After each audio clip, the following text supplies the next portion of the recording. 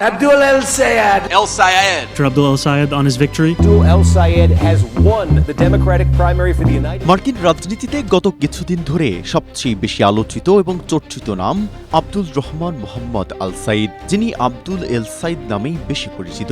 আগস্টের শুরুতে মিশিগান রাজ্যের ডেমোক্রেটিক পার্টির মনোনয়ন যুদ্ধে জয় ছিনিয়ে নিয়েছেন তিনি। আগামী নভেম্বরের নির্বাচনে ডোনাল্ড ট্রাম্পের অত্যন্ত ঘনিষ্ঠ রিপাবলিকান প্রার্থী মাইক রজার্সকে হারাতে পারলেই আমেরিকার ইতিহাসে প্রথম মুসলিম সিনেটর হওয়ার গৌরব অর্জন করবেন আল সাইদ। তবে এই ঐতিহাসিক বিজয়ের পথটি মোটেও মসৃণ ছিল না। রাজনৈতিক ময়দানে তার সম্পূর্ণ মুসলিম নাম আব্দুর রহমান উচ্চারণ নিয়েও শুরু হয়েছিল তীব্র বিতর্ক। বিরোধীরা কুৎসিত প্রচারণায় লিপ্ত হয়ে বলেছেন, নতুন লিলি সিরাম শ্যাম্পু এখন শুধু শাইন না, দ্বিগুণ হেলদি সুপার শাইন। এত উগ্রপন্থী ও চরমপন্থী কোনো ব্যক্তি কিভাবে একটি বড় রাজনৈতিক দলের মনোনয়ন পায়? তাদের অভিযোগ, আল সাইদ বিভাজনের রাজনীতি করছেন। তিনি ইসরায়েলকে ভালোবাসেন না এবং তাদের ঘৃণা করেন।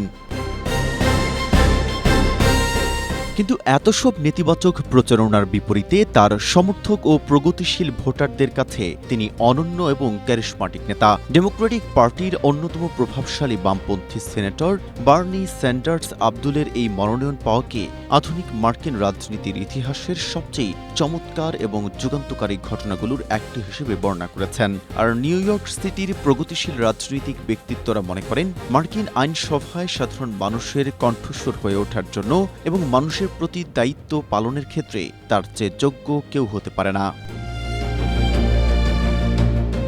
আব্দুল আল সাইদের জীবন কাহিনীও সাধারণ মানুষের কাছে অত্যন্ত অনুপ্রেরণাদায়ক। মিশরীয় অভিবাসী বাবা মায়ের সন্তান হিসেবে আমেরিকাতেই তার জন্ম বেড়ে ওঠা। মিশিগান মেডিকেল স্কুলে পড়ার সময় তিনি ছিলেন তার সময়কার অন্যতম সেরা ও প্রতিভাবান শিক্ষার্থী। পরবর্তীতে অত্যন্ত মর্যাদাপূর্ণ অক্সফোর্ড ইউনিভার্সিটি এবং কলম্বিয়া ইউনিভার্সিটি থেকে তিনি উচ্চতর ডিগ্রি লাভ করেন। পেশাগত জীবনে তিনি ডেট্রয়েট শহরের জনস্বাস্থ্য বিভাগের সর্বকনিষ্ঠ পরিচালক হিসেবে দায়িত্ব পালন করে ব্যাপক প্রশংসা কুড়িয়েছিলেন। 2017 সালে তিনি সেই লোভনীয় সরকারি চাকরি ছেড়ে দেন মানুষের সরাসরি সেবা করার তাগিদে এবং মিশিগানের গভর্নর নির্বাচনে লড়ার জন্য। 2018 সালের সেই নির্বাচনে ডেমোক্রেটিক পার্টির প্রাইমারিতে প্রায় 30% ভোট পেয়ে প্রথমবার তিনি মার্কিন জাতীয় রাজনীতিতে নিজের শক্তিশালী অবস্থান জানান দিয়েছিলেন।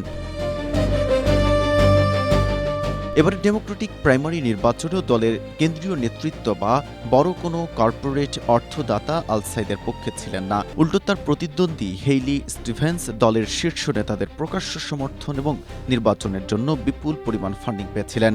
কিন্তু কোনো প্রকার কর্পোরেট লবিং বা বড় অনুদান ছাড়াই স্রেফ সাধারণ মানুষের স্বতঃস্ফূর্ত সমর্থন এবং নির্বাচনী জরিপকে সত্য প্রমাণ করে অভাবনীয় জয় তুলে নেন আব্দুল আল সাইদ। তার নির্বাচনী প্রচারণার স্লোগান ছিল অত্যন্ত আকর্ষণীয়, বাস্তবধর্মী। রাজনীতি থেকে কর্পোরেটের টাকা হটাও, সাধারণ মানুষের পকেটের টাকা ফেরাও, আর সবার জন্য বিনামূল্যে স্বাস্থ্যসেবা বা মেডিকেয়ার ফর অল নিশ্চিত করো। একই সাথে আমেরিকার পররাষ্ট্র নীতি এবং বিভিন্ন দেশে মার্কিন সেনাবাহিনীর অর্থায়নের সমালোচনা করে তিনি সাধারণ মানুষদের বোঝাতে সক্ষম হয়েছেন যে সাধারণ নাগরিকেরা কর দেন দেশের স্কুল সংস্কার কিংবা রাস্তাঘাট ভালো করার জন্য, অন্য কোনো দেশের জন্য ট্যাঙ্ক বা বোমা কেনার ব্যবসায় সহায়তা করতে নয়।